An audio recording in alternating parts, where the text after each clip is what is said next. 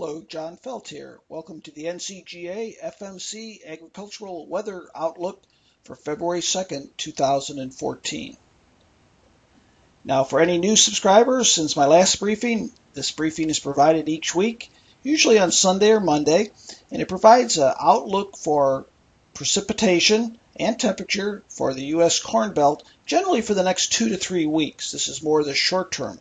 Other information within the Ag Advisor program covers longer term information, and that's sent out throughout the week.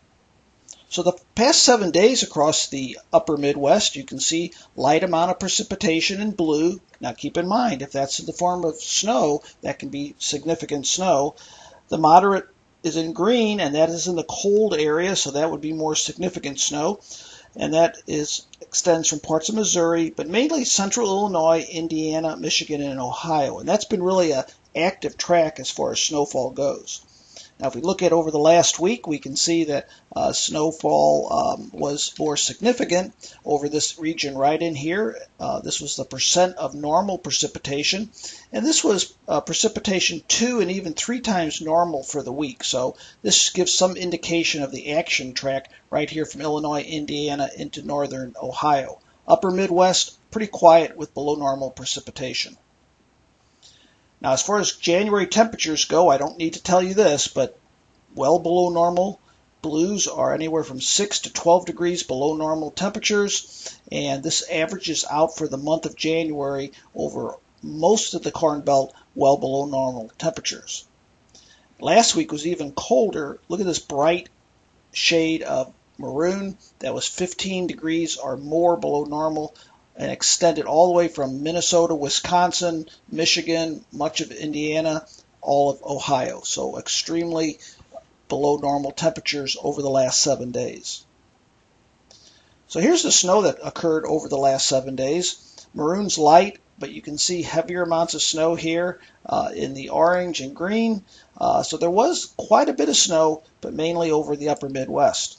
If we want to see how much snow's on the ground, the darker or deeper the shade of blue is the greater the depth. So the heaviest snow depth right now is eastern North Dakota, all of Minnesota, all of Wisconsin. Wisconsin and Michigan have really been active this year as far as snow. Parts of northern Illinois, and then a very small part of northern Indiana. After that, it's more moderate type snow. But that could be changing over the next 7 days. Soil moisture. I'll be really covering soil moisture very extensively as we get near the spring season. And matter of fact, I'll be putting out some publications called Countdown to Spring very soon that'll be getting into this in more detail. But right now, just sort of looking at this, the areas that we need more winter recharge are in yellow. Areas that are above normal are in blue. So right now, the upper Midwest, North and South Dakota are in good shape. And matter of fact, we don't want to get too much because then we get too wet. But then areas over the middle part of the Corn Belt are trending dry. And then the eastern Corn Belt, Indiana, Ohio, is in decent shape with adequate soil moisture. Okay, so here are the steering winds. This is at the upper jet stream level. Black lines are the jet stream flow. What I want to point out are these pockets of energy, the yellows and reds. These are pockets of energy. And what's different over the next 10 days with the jet stream is that it's dipping in from the southwest U.S. Now, earlier this season, it was coming from the north central U.S., coming from the west and southwest, coming out, and it's going to eject these systems up to the northeast.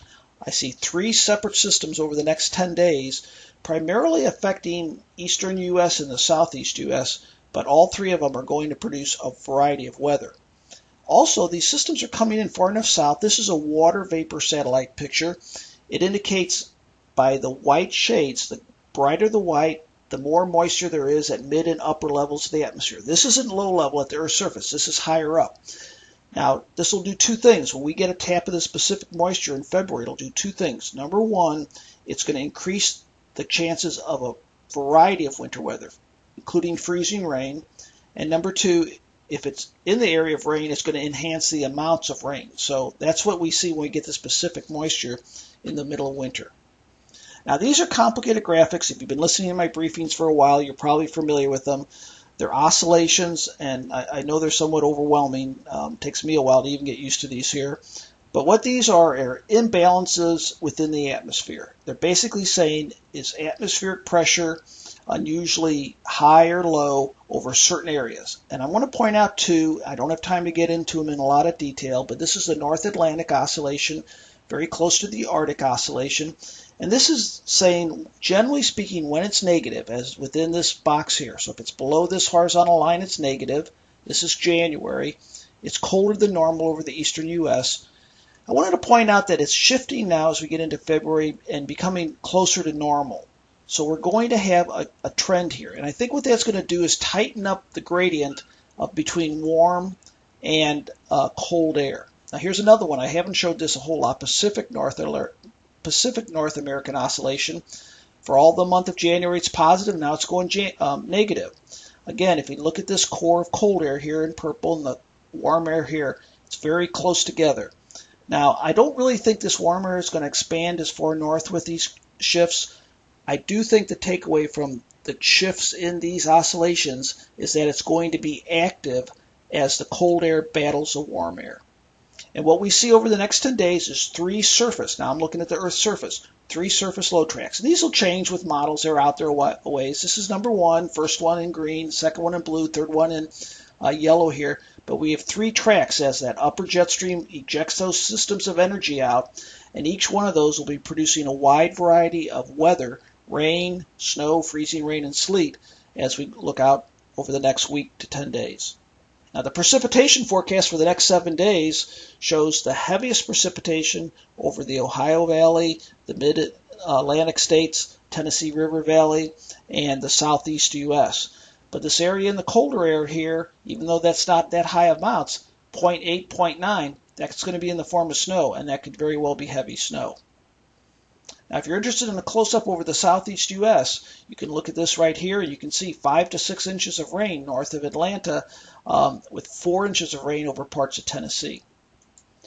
And here's a snowfall image showing the next 10 days, 7 days of snowfall accumulation. And this has been varying a bit.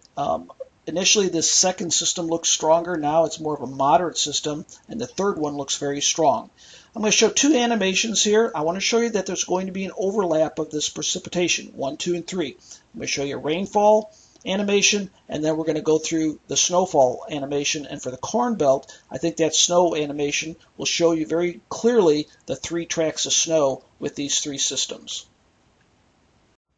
Let's take a look at a progression of these 3 systems. Keep in mind that the green is light amounts of precipitation, yellow is moderate, and red is heavy. So I think you're going to see quite clearly the overlap of these systems. So here's the first system here, right there. Here's the second, and here's the third. And you can see by the time this is over, we have a very significant overlap over parts of Mississippi, Alabama, Tennessee, and Kentucky, and then a secondary band over parts of Georgia as well, North Georgia.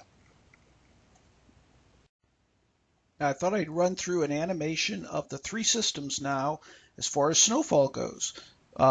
Gray is light snow, blue shades are moderate snow, and then the pinks are the more significant snow. So let's start out. This is the one that's coming in first. Okay, now let's look out at week 2 and 3. Keep in mind that we're looking way out there, but what I'm looking for are trends. And as we get into the growing season, I'm going to bring to your attention these trends so you can plan and make informed decisions for planting and crop management based on these trends. Right now, through February 9th through 15th, this is temperature. The darker the shade of blue, the higher probability of below normal temperatures. So really no change in the period February 9th through 15th. That cold air sinks south behind these 3 systems. It looks like a cold week. As far as precipitation goes through that week, February 9th through 15th, I think this is really the yellow here is the heavier amounts of precipitation. I think that's pushing off early in the week. It looks to me like it's going to be a fairly quiet week with maybe some light to moderate snow over the upper Midwest, but it looks to me like a fairly quiet week, the 9th through the 15th.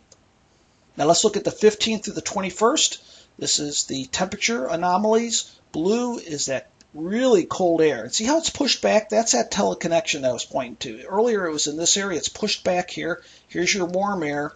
But it looks like lobe is going to be pushing over the upper Midwest and the Corn Belt. So I'm going to call for either generally somewhat below normal to well below normal, depending on where you're at during this week. So still cold.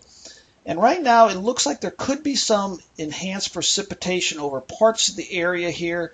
I don't have this correctly in there dry. This does look to me like this is going to be the possibility of more action, more moderate precipitation. So week 3, February 15th through 21st, generally cold temperatures and perhaps snowy. So the takeaway from today's ag briefing is it looks like a busy period for the next week, mainly over the ag regions, snow, chance with each one of these systems of some degree of snow. 3 systems, but it's really going to be the second system coming this midweek, the third system coming over the weekend. That's going to be perhaps very messy. And I really think over the ag regions, it's going to be snow, but rain over the southeast U.S. and maybe between those two areas, freezing rain. If you have any questions, you can always email me. I'd like to hear what you like about this briefing or what you'd like me to add. I'm also going to be issuing my newsletter this week that's going to be talking about the cold weather, and I will be filling you in throughout the week and about other aspects of these systems as they move through. If I don't hear from you, I'll be talking with you again next weekend.